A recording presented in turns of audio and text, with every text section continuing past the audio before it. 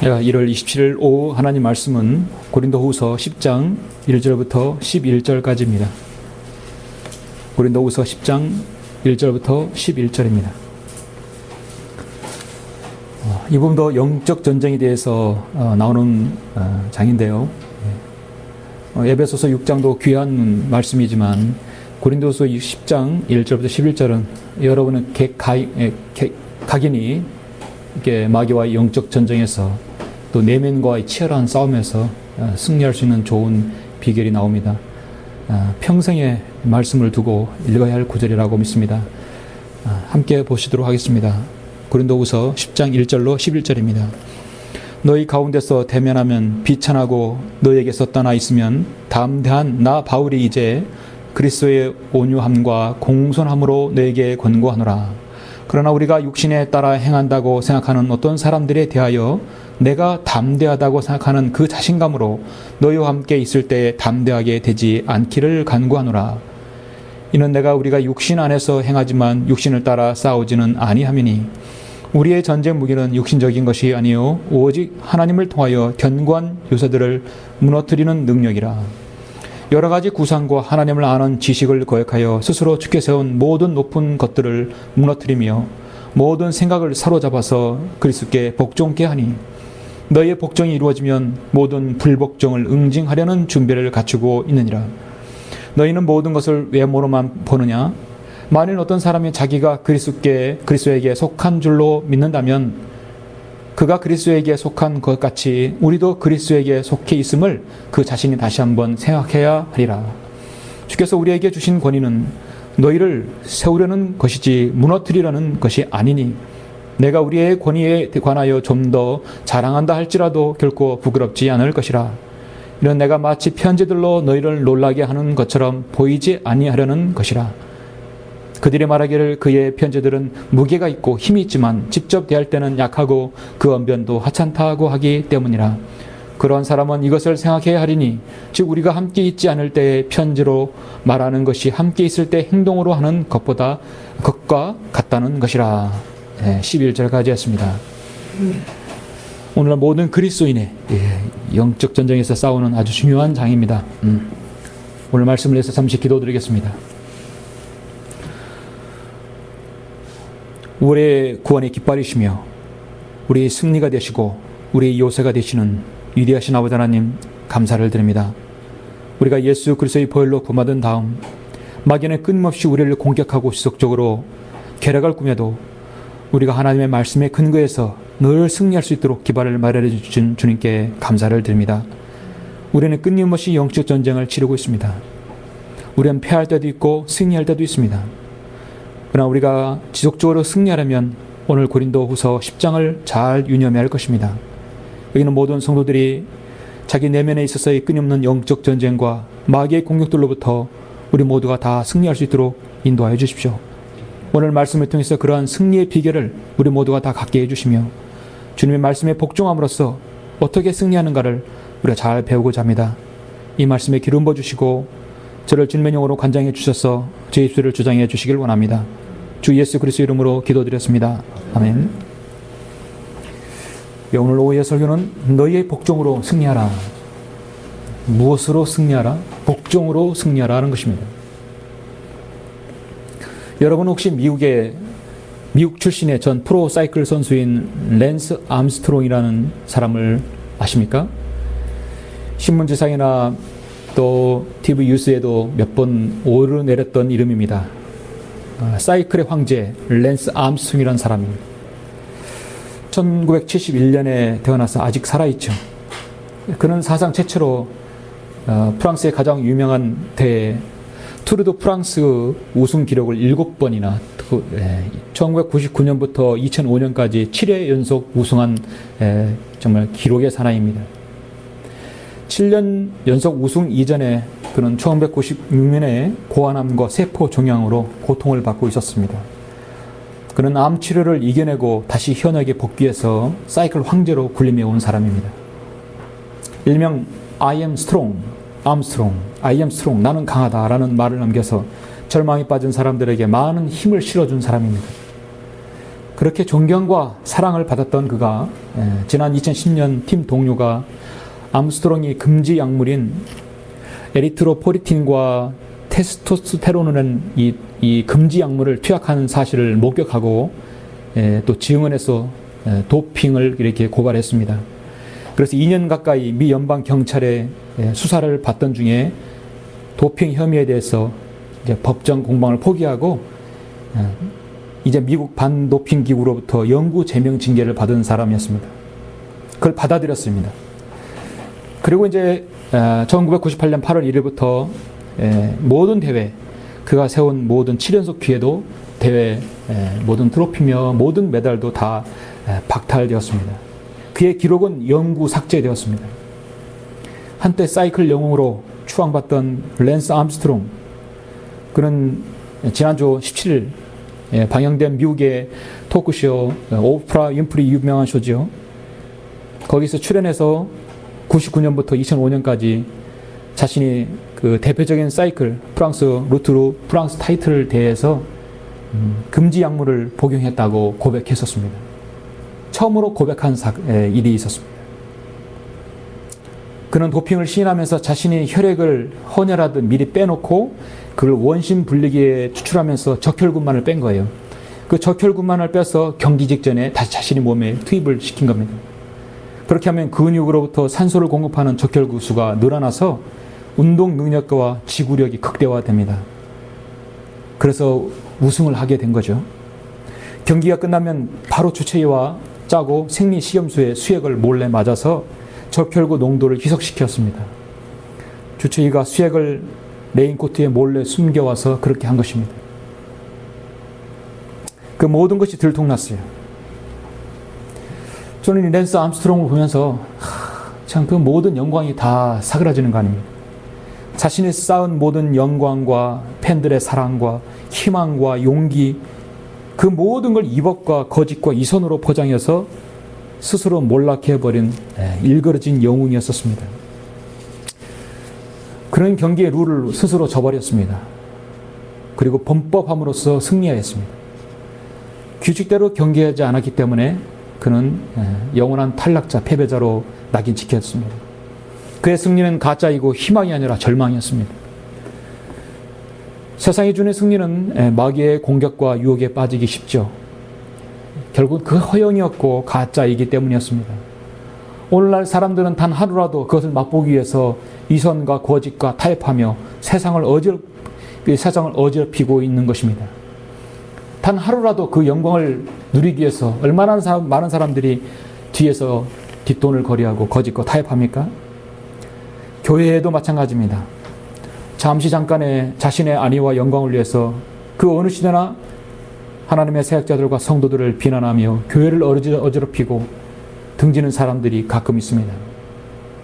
사도 바울은 고린도 교회에 그 견고한 진지를 가진 사람들에게 공격을 때론 받았습니다. 당신이 사도이냐? 사람들은 외모로 사도 바울을 판단하기까지 했었습니다. 오늘 마지막 시대엔 우리 성령을 믿는 그리스도인은 견고한 진지를 무너뜨리는 영적 싸움을 싸우는 사람들입니다. 오후의 설교는 사도 바울이 영적 전쟁에서 승리하는 비결을 무엇이라고 보며 우리는 영적으로 매우 깊은 내용을 다루고 있는 말씀을 한번 볼 것입니다. 이 본문을 봄으로써 그 어떤 본문보다도 여러분이 심리적으로, 정신적으로, 또 영적으로 마귀가 얼마나 우리 안에서 역사하는지를 알 수 있습니다. 고린도후서에서의 또 하나의 승리의 원리가 저는 여기 있다고 보는 것입니다. 본문은 고린도후서 사역자들을 위한 바로 그 책, 고린도후서 사역자를 위한 하나님의 말씀이 오늘 제시되고 있습니다. 하나님의 사역에 동참하는 신실한 그리스도인은 영적 전쟁에 관한 주요 어떻게 보면 전략 지침서이기도 합니다. 특히 오늘 본문의 10장은 그리스도인이 가장 든든하게 갖춰져야 할 전략과 무기가, 자신 안에 있는 무기가 무엇인지 소개하고 있습니다. 사도 바울의 사역이 하나님께로부터 추인되었고 인정받은 사역이었습니다. 그건 자신의 권위가 아니라 인간적인 권위가 아니라 영적인 권위로서 하나님께로부터 나온 것임을 다시 한번 천명하고 있습니다. 그래서 사도 바울은 먼저 우리의 전쟁 무기가 무엇으로부터 비롯된 것을 먼저 제시하고 있죠. 사실 우리는 영적 전쟁이 임하기 전에 먼저 1, 2, 3절에 대해서 우리가 인정하고 거기에 복종하고 순종을 해야 합니다.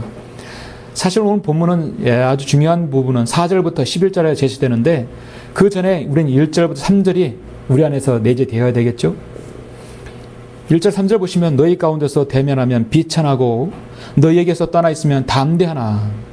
담대한 나 바울이 떠나 있으면 대면하면 비천하고 떠나 있으면 담대한 나 바울이 이제 그리스도의 온유함과 공손함으로 너희에게 권고하노라.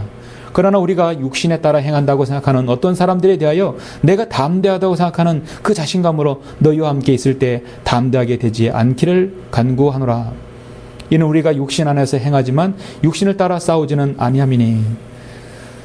아무리 육신으로 되더라도 나는 그 담대함으로 육신으로 같이 맞받아치지 않겠다는 것이죠.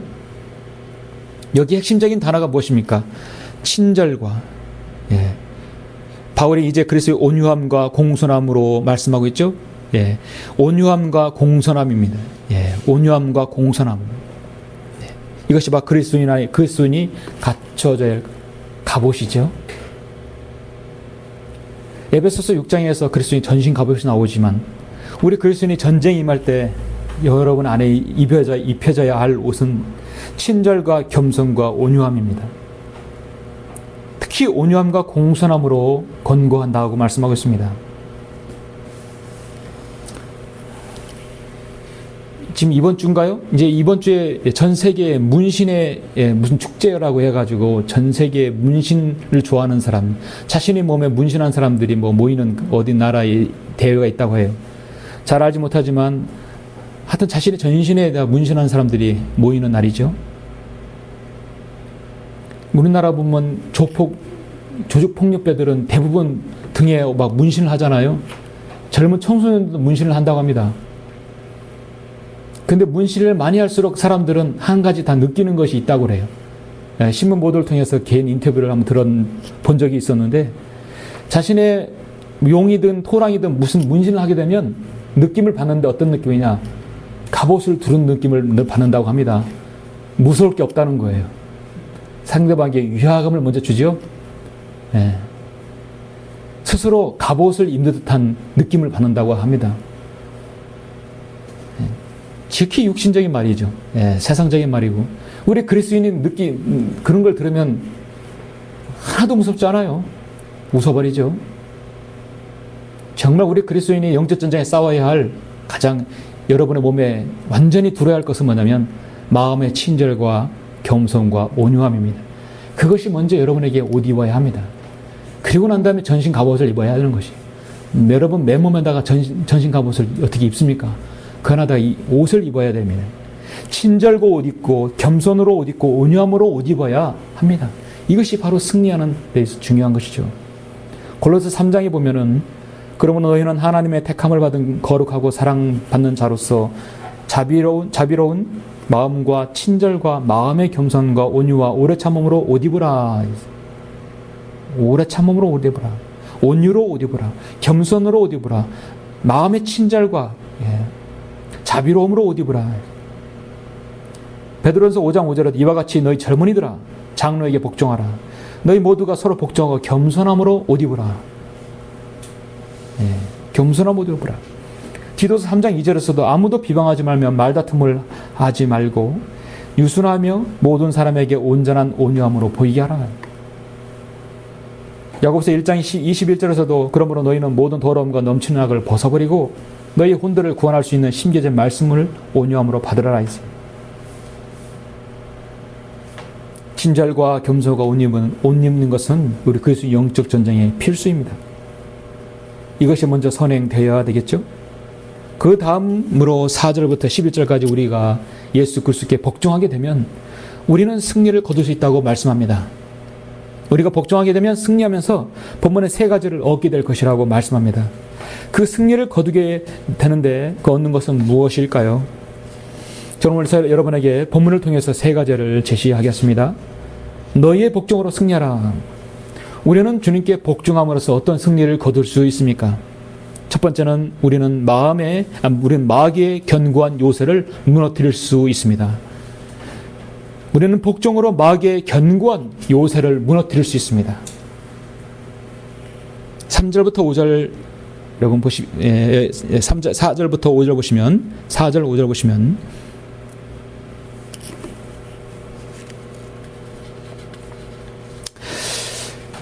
우리의 전쟁 무기는 육신적인 것이 아니요 오직 하나님을 통하여 견고한 요새를 무너뜨리는 능력이라. 여러 가지 구상과 하나님을 아는 지식을 거역하여 스스로 주께 세운 모든 높은 것들을 무너뜨리며 모든 생각을 사로잡아서 그리스도께 복종케 하니. 모든 생각을 사로잡아서 그리스도께 복종케 하라. 여러 가지 구상과 하나님을 아는 지식을 거역하여 스스로 주께 세운 모든 높은 것들을 무너뜨리라 했어요. 이걸 한마디로 저는 마귀의 견고한 요새를 무너뜨리라 했습니다. 일단 우리가 첫 번째 복종으로 승리해야 할 부분이 견고한 요새를 무너뜨려야 합니다. 첫째, 무너뜨리라. 성경에는 수많은 전쟁들이 나오죠. 여러분은 그 전쟁들에서 승리하는 나라는 반드시 그 초롱성 같은 적군의 성벽과 요새를 무너뜨려야 합니다. 여러분 어떤 전쟁 영화에서든 고전이든 현대전이든 그 요새를 무너뜨려야 되죠. 승리해야 합니다. 여러분은 기억하는 최고 요새는 어떤 요새입니까? 아마도 저는 여호수아가 첫 번째 정복했던 여리고성을 최고 요새라고 저는 보고 있습니다. 여리고성은 지정학적 측면에서 당대 최고의 요새였습니다. 굳게 닫힌 그 여리고성은 인간의 완고한 마음을 상징합니다. 그러나 하나님의 말씀에 복종함으로 여호수아는 물리적인 힘 하나 들이지 아니하고 그 성벽을, 그 요새를 완전히 무너뜨렸죠. 그 외에도 수많은 요새들이 하나님의 말씀에 순종하고 복종하는 사람들 하여금 성벽이 무너졌다는 사실을 여러분은 성경을 통해서 분명히 볼 수 있습니다. 오늘날 21세기 최고 요새는 무엇이겠습니까?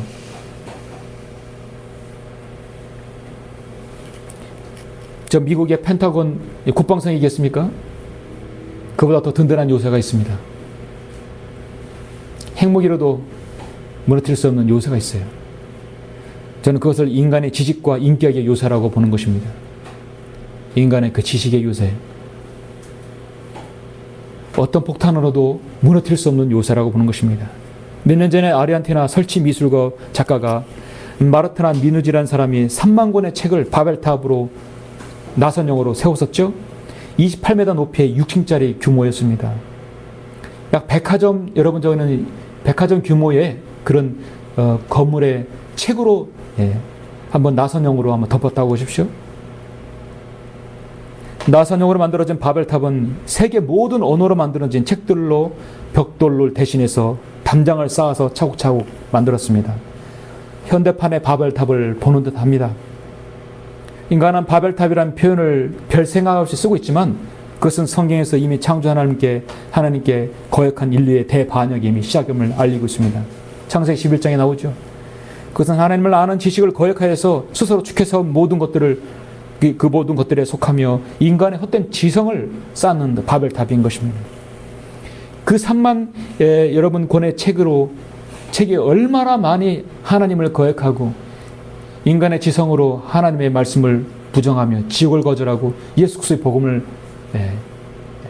거절하는 부분이 얼마나 많겠습니까? 최고의 인간의 지성과 인격 그리고 그 과학을 주께 세우겠죠. 스스로 하나님을 아는 지식을 거역하고 스스로 지켜 세운 모든 것들에 속하는 것입니다. 오늘 보면은 우리 그리스도인들이 그러한 것들을 무너뜨리는 모든 생각을 사로잡아서 예수 그리스도께 복종시켜야 한다고 말씀하고 있습니다. 그래서 우리가 영적 전쟁에서 전쟁 무기는 육신적인 것이 아니요 오직 하나님을 통하여 견고한 요소들을 무너뜨리는 능력이라고 말씀합니다. 세상은 자기 지식을 자랑해서 하나님을 대적합니다. 그러나 성도는 우리 주님을 아는 지식에 가장 고상히 여기고 주님을 얻기 위해서 그 지식을 얻기 위해서 진력합니다. 그래서 사도 바울처럼 세상에 있는 모든 지식들은 배설물로 여깁니다. 단 여러분이 학문에 열중하고 연마하는 것은 주님의 지식을 얻기 위한 하나의 방법이고 수단에 불과합니다. 또 여러분 하나님을 하기 위해서 얻기 위한 여러분 재화, 용역, 그 비용을 충당하기 위해서 얻으려는 그 하나의 부산물에 불과하죠. 하나님을 아는 지식보다는 더 큰 것은 없습니다. 당대 최고의 지성인이었던 사도 바울이, 헬라어, 히브리어 모든 부분의 학문에서 가장 능통했던 사도 바울이 그것들을 배설물로 여기지 않았습니까? 살아계신 하나님을 대적하여 스스로 머리를 들어 올린 모든 악한 지식을 무너뜨리는 데 유일한 것은 바로 하나님의 말씀 지식뿐입니다. 그런 다음에 우리가 하나님의 전신 갑옷을 입어야 되겠죠? 잠시 여러분, 아까 말씀드렸듯이 에베소서 6장을 잠깐 보시겠습니다. 너무도 잘 아시는 말씀이죠?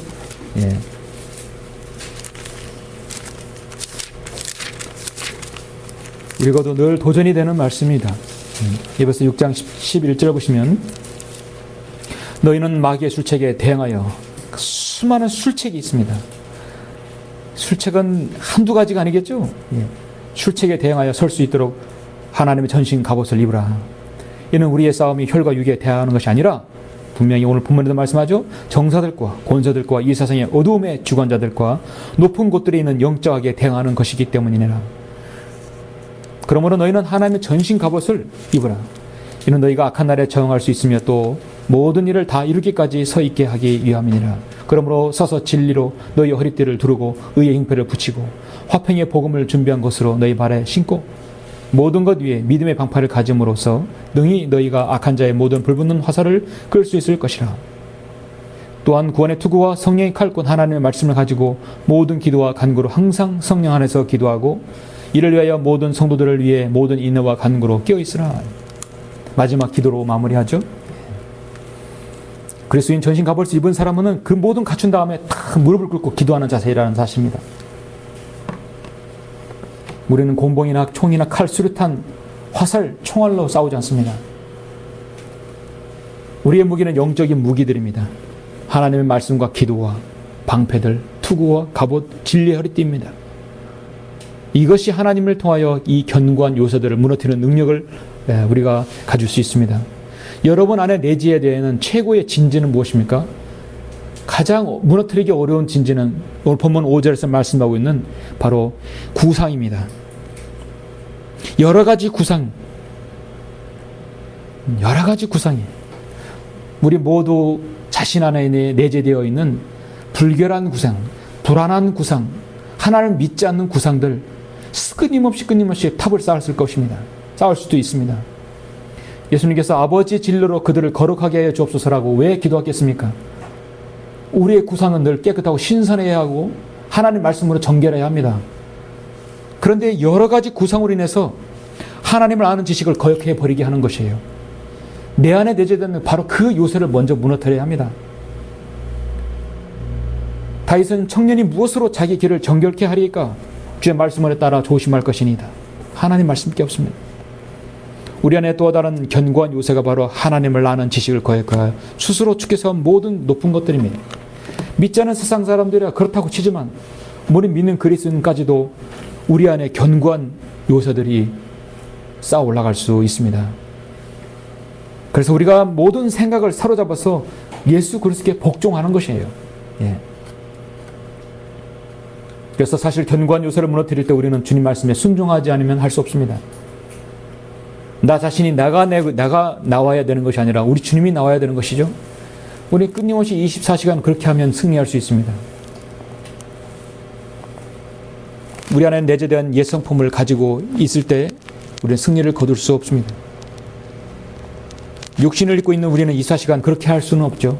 끊임없이 싸우고 복종해야 합니다. 만약 여러분들이 그리스도를 위해서 살고자 한다면 여러분은 하나님의 말씀으로 그릇된 생각과 싸워야 합니다. 사실 그 일에 다른 방도가 없죠. 계속 싸워야 합니다. 그래서 여러 가지 구상, 내 안에 첩첩산중 성을 쌓고 탑을 쌓는 모든 그 여러 가지 구상과 하나님의 많은 지식을 거역하여 스스로 축해서 모든 것들을 무너뜨리라 하겠습니다. 첫째 무너뜨리라 하겠습니다. 모든 생각을 사로잡아서 그리스도께 복종케 하라겠어요. 전 그래서 복종해야만이 그것을 무너뜨릴 수 있다고 보는 것입니다.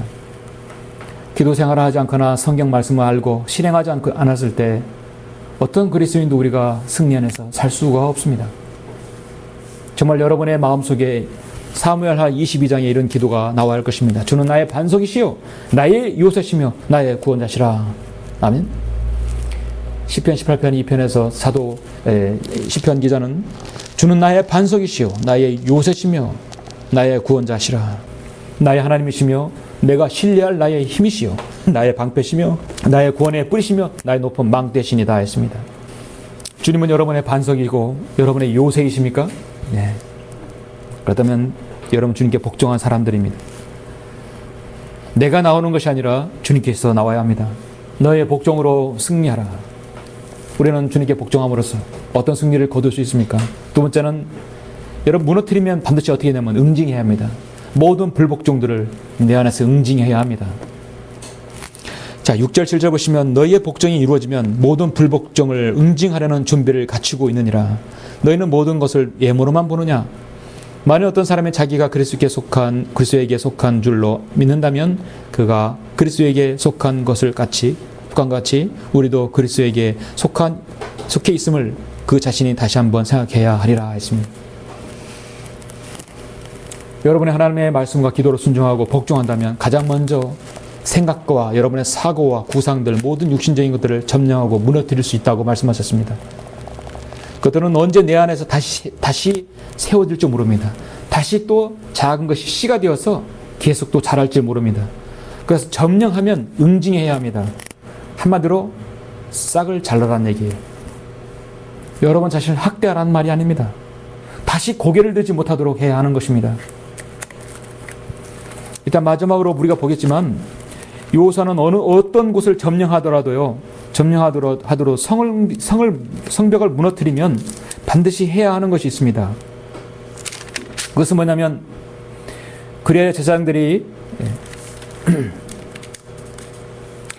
그들은 칼날로 성읍에 있는 모든 것을 완전히 멸하였으니 남녀노소와 소와 양과 낙이라. 한마디로 어른이든 아이든 여자아이든 간에 소와 양 모든 것은 아주 싹 다 전멸시키라는 것입니다. 남녀노소라겠어요. 생명 있는 것은 모든 것 다 제하는 것이 여호수아의 전쟁의 마지막 마무리였습니다. 네. 그리스도인에게는 누구나 반드시 정복해야 할 영적 고지가 있습니다. 그 첫 번째 여러분 고지는 생각의 고지라고 구상이라겠죠? 마귀의 강력한 그 진지를 파괴하는 길은 주님의 말씀 앞에 우리가 모든 것을 다 맡기는 것입니다. 그 생각이 고지하는 교만의 교제가 있을 때고 또는 복종하지 않는 마음의 생각이 있을 때고 불신함과 불순종과 부정적인 생각들, 불평도 있을 수도 있습니다. 부정적인 마음도 있을 수 있습니다. 점령했으면 그 마음까지 다 뿌리를 잘라야 합니다. 내 안에 그 잔재가 남아있다고 한다면 하나님의 말씀으로 그까지 무력화시켜야 합니다. 새벽 기도로 교회 봉사로 선행으로 무력화시킬 수 없습니다. 왜 세상에 있는 많은 중독자들 그리고 중고등학생 청년들 인터넷 게임 음란 모든 것이 왜 빠져서 헤어나오지 못하는 것입니까? 잠깐 동안 그래서 그걸 모든 걸 다 바로잡고 정상적으로 생활을 한다 하더라도 시간이 얼마 지나면 다시 또 가게 되어 있어요. 왜냐하면 무너뜨려서 응징하지 않았기 때문입니다. 근본적인 해결을 하지 못했기 때문입니다. 최근에 사랑의 교회 오정현 목사는 이런 부분에 있어서 해결점을 찾았는데 해결점이 뭐냐? 우리 청소년들에게 새벽기도 나오면 해결할 수 있다고 말하더라고요. 인터넷 음란물에 빠지고 무방비로 노출되어 있는 우리 자녀들을 어떻게 훈련을 시켜야 거기서 빠져나오게 할 것인가? 사실 한국의 청소년의 인터넷 게임과 음란물에 빠지는 것은 어제 오늘 일이 아닙니다. 누구하고 싸우는 문제가 아니라 이건 자신과의 싸움이에요. 치열한 영적 전쟁입니다. 유일한 대안은 새벽에 그들의 어려운 육신의 졸림을 또 육신을 이겨내고 새벽 기도에 참석해서 자신의 그 무거움을 이끌고 기도에 참석하다 보면 마귀의 음란한 술책에 맞서 싸울 수 있는 능력을 얻게 된다고 그렇게 말한 적이 있습니다. 새벽 기도는 종교 행위를 강요하는 육신적인 방편입니다. 비성경적이고 성경 어디에도 새벽 기도 모임을 제시하는 부분은 없습니다. 일찍 일어나서 그것에 참석할 훈련을 한다 해서 자연스럽게 영적인 그리스도인으로 변모되지는 않습니다. 이에 디모데전서 4장 7절 8절에서 뭐라 하겠습니까? 불경스럽고 늙은 부녀자들의 꾸며낸 이야기를 버리고 오히려 경건에 이르도록 내 자신을 훈련하라. 몸의 훈련은 유익이 적지만 경건은 모든 일에 유익하며 현재와 미래의 생명 약속을 소유하게 하느니라 했습니다. 몸의 훈련은 유익이 적습니다. 그 아이들이 먼저 구원받았는가를 알아야 되겠죠? 구원받았으면 그리스도인으로서의 자세와 품성에 대해서 가르쳐야 되겠죠? 학생들을 훈련하고 가르치는 것은 순수가 있는 것입니다. 구원받지 않은 아이들을 무조건 새벽기도에 앉히게 되면 해결됩니까? 성경은 우리가 이 하나님의 성품을 닮아가도록 훈련하라고 말씀하고 있습니다. 믿음의 말씀들과 선한 교리의 말씀들로 양육을 받아 예수 그리스도의 훌륭한 일꾼이, 예수 그리스도의 선한 일꾼이 되라고 성경은 분명히 말씀하고 있어요. 자녀들로 하여금 하나님의 말씀을 공부하게 해서 하나님의 전신 갑옷이 무엇인지 알게 하도록 해야 합니다. 그래서 진리의 말씀을 올바로 나누어 자신이 하나님 앞에 부끄럽지 않은 일꾼으로 인정받도록 공부해야 합니다. 오늘날 한국교회는 금요차라 새벽기도회 각종 기도 모임들, 저도 과거에 제도권 교회 다닐 때 금요차라 새벽기도 모임들 참으로 많이 해봤지만 그래서 내재되어 있는 영적인 승리할 수 없었습니다. 어떤 하나님의 전신갑옷도 성령 충만도 있을 수 없습니다. 자녀들을 오히려 그것은 훈련시켜서 종교의 노예로 만들어버리는 것입니다. 절대로 자신의 생각을 사로잡아서 주님께 복종할 수 없습니다. 변개된 성경으로는 더욱다나 마찬가지입니다. 잠언 18장 1절에서 경고합니다. 욕망으로 말미암아 스스로 분리된 사람은 모든 지혜를 찾아 혼잡게 하느니라. 하나님께서는 성경 변개자를 미쳐버리게 만들어버려요. 돌아버리게 합니다. 정상적인 생각을, 사고 판단을 하지 못하게 만들어버립니다. 마무리 마지막에 가까웠으니 그러므로 너희는 정신을 차리고 깨어 있으라, 깨어 기도하라고 말씀하고 있습니다. 자, 너희의 불복종으로 승리하라. 우리는 주님께 복종함으로 어떤 승리를 거둘 수 있습니까? 세 번째는 우리는 승리함으로 하나님의 교회를 세울 수 있는 것입니다. 예. 역시 결론의 말씀이죠. 하나님의 교회를 세울 수 있습니다. 8절에서 11절 보시면 주께서 우리에게 주신 권위는 너희를 세우려는 것이지 무너뜨리는 것이 아니니 내가 우리의 권위에 관하여 좀 더 자랑한다 할지라도 결코 부끄럽지 않을 것이라. 이는 내가 마치 편지들로 너희를 놀라게 하는 것처럼 보이지 아니하려는 것이라. 그들의 말하기를 그의 편지들은 무게가 있고 힘이 있지만 직접 대할 때는 약하고 그 언변도 하찮다고 하기 때문이라. 그러나 사람은 이것을 생각해야 하리니 즉 우리가 함께 있지 않을 때 편지로 말하는 것이 함께 있을 때 행동으로 하는 것과 같다는 것이라 했습니다. 고린도 교회는 아시는 바와 같이 육신적인 면모를 보였던 교회입니다. 그 중에는 모든 것을 외모로만 판단하는 사람이 있습니다. 그래서 사도 바울의 외모가 저는 정확히 보지 않아서 모르지만 그는 기회가 가졌고 좀 매부리 코에다가 생김새는 다른 보다 월등히 잘 생기지는 않았나 봅니다. 사람들은 외모를 판단합니다. 아니 어떻게 저런 사람이 하나님의 그 일을 맡은 사도가 되었지? 어떻게 저런 사람이 교회를 세울 수 있을까? 어떻게 저런 사람이 구원을 받을 수 있을까? 그렇게 말하는 것이 있었습니다. 그러나 사도 바울은 본문에서 그들에게 스스로 들여다보라고 촉구합니다. 만일 그들이 예수 그리스도께 속해 있다고 한다면 그들이 믿고 있는 그것을 바울과 그의 동료들도 똑같이 구원받은 사람으로 인정하라는 것이에요.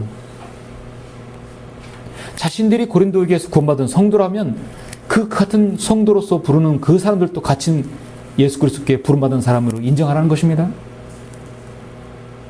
성도의 교제에 있어서 아주 중요하죠.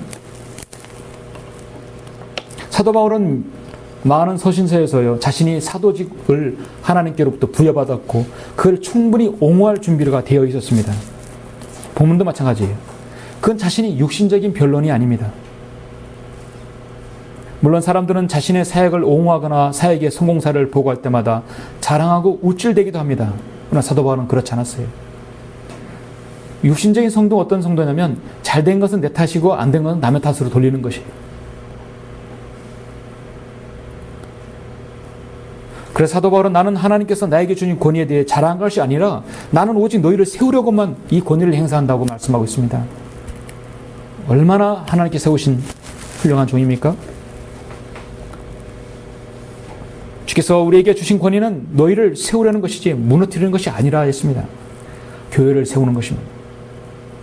하나님께서 왜 이 땅의 성도들을 향해서 교회를 세우라 하겠습니까? 왜 설교를 통해서 교회를 세우라 하겠고 성도를 통해서 성도를 세우고 교회를 세우라 하겠습니까? 나가서는 마귀의 세력들과 정면으로 대치하여서 싸우고 승리하며 마귀의 수하에서 종노릇하는 죄인들을 하나님께로 이겨오기 위함인 것입니다. 오전에 말씀드렸죠? 바로 예수 그리스도의 복음을 전파하기 위해서입니다. 마귀의 자녀들이 하나님의 자녀가 될 수 있는 유일한 길은 복음을 듣고 믿고 거듭나는 것임을 알리는 것입니다. 이를 하기 위해서 거리 설교자이고 개인 구령자들이 있는 것입니다. 주님의 일꾼입니다. 디모데후서 4장에서 사도 바울은 그러므로 내가 하나님과 우리 주 예수 그리스도 곧 그가 나타나실 때와 그의 왕국에서 산 자들과 죽은 자들을 심판하실 그분 앞에서 내게 명하노니 너는 말씀을 전파하라. 때를 얻든지 못 얻든지 항상 대비하라. 모든 오래 참음과 교리로 견책하고 책망하며 권고하라. 견책하고 책망하며 권고하라. 때론 아주 무섭게 시리 온열의 서리발처럼 매섭게 시리 때론 책망하며 권고하라는 것입니다. 왜냐하면 때가 이르리니 사람들이 건전한 교리를 견디지 못하고 그들 자신의 정욕에 따라 가려운 길을 즐겁게 해줄 선생들을 많이 두리라. 오늘 이때와 같죠. 또한 그들이 그들의 길을 진리에서 돌이키며 꾸며낸 이야기로 돌리리라. 어쩌면 사도 바울은 이렇게 2000년 이후를 이렇게 미리 다 보았을까요? 정확합니다.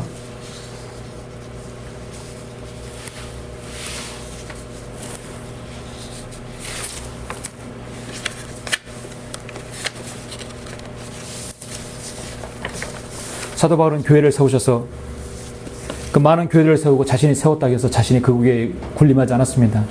성도들에게 전혀 부담을 지우지 않았습니다. 하나님께서 교회를 세우신 것은 이 교회에서 영적 전쟁의 작전을 세우고 전략을 세우고 그렇게 서로를 세워주고 교제하고 힘을 얻는 영적 충동소입니다. 작전 진지에 여러분이 모이신 것입니다. 작전 진지에 많이 모이지 못하면 어떤 작전을 짰는지 잘 모르게 되잖아요. 예. 하나님께서 교회를 세우신 목적이 바로 그것입니다.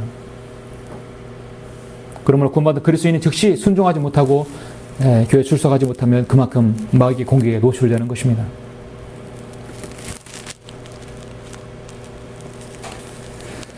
사랑하는 성도 여러분, 우리 자신만이 여러분 자신만이 아는 견고한 구축된 진지 요새들이 있습니다. 하나님의 말씀에 복종함으로 세워진 요새입니까? 아니면 여러분이 스스로 추켜 세운 것들의 요새입니까?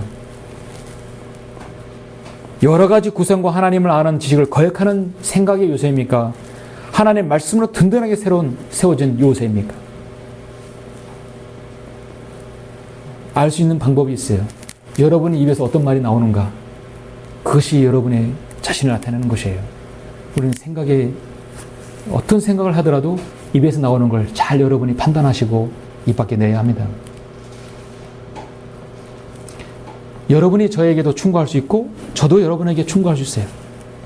잘못되는 거 우리가 지적할 수 얘기할 수 있는 것이에요. 성경적으로 맞으면 우리도 잘못 생각할 수 있는 것입니다. 그렇죠? 언제든지 하나님을 아는 것과 하나님을 아는 지식을 거역하는 것과 여러 가지 내 생각, 육신적인 생각의 구상들이 내 생각 요소를 쌓았다면 말이 잘못 나올 수 있어요. 그럼 하나님의 말씀은 다시 든든한 요소로 바꿔야 합니다. 먼저 무너뜨리고 인증해야 합니다.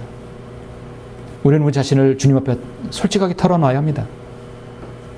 이제 하나님의 말씀으로 견고한 진지와 내 안에 잘못된 생각을 무너뜨리고 마음을 새롭게 만들어야 합니다. 여러분이 그리스도께 복종하면 어느 때라도 최고의 방어 진지와 공격 진지를 여러분이 구축할 수 있습니다. 이것이 최고의 무기입니다.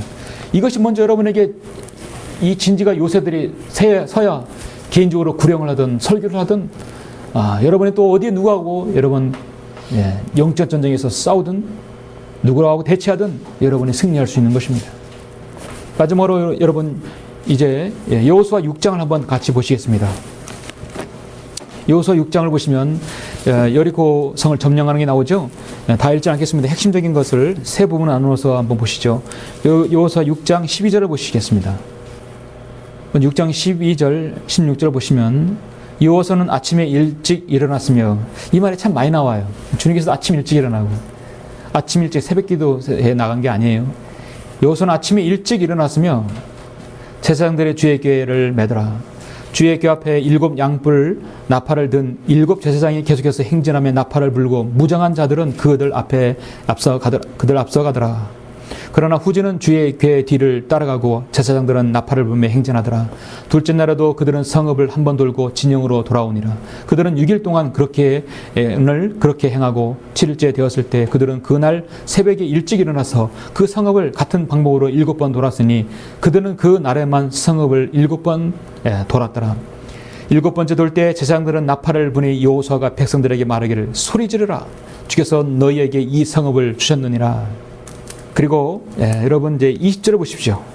20절을 보시면 그리하여 제사장들이 나팔을 부니 백성들이 소리 질렀더라. 백성들이 나팔 소리를 듣자 큰 소리로 소리를 지르니 성벽이 완전히 무너져 내린지라. 백성들이 각자 자기 앞으로 곧장 성읍으로 들어가서 그 성읍을 취하니라. 이렇게 소리 지르라고 누가 일렀습니까? 여호수아가 명령했어요. 여호수아는 누구로부터 명령을 받았어요? 하나님께서 그렇게 하라고 했어요.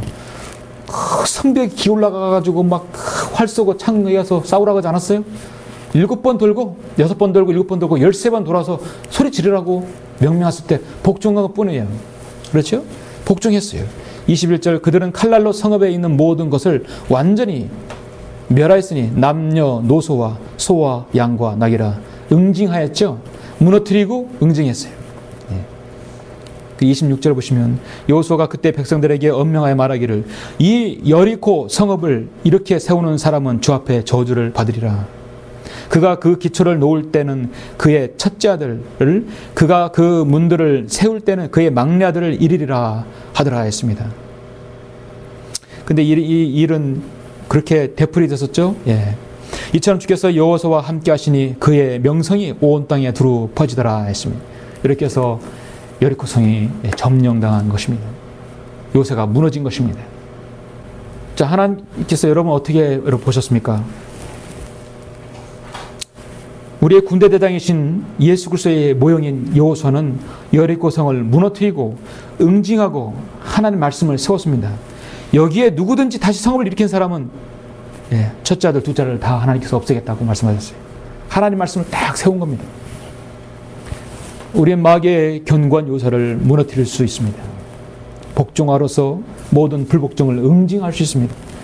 하나님의 교회를 여러분이 또 여러분 성도를 세우고 이런 말씀을 세울 수 있는 것입니다.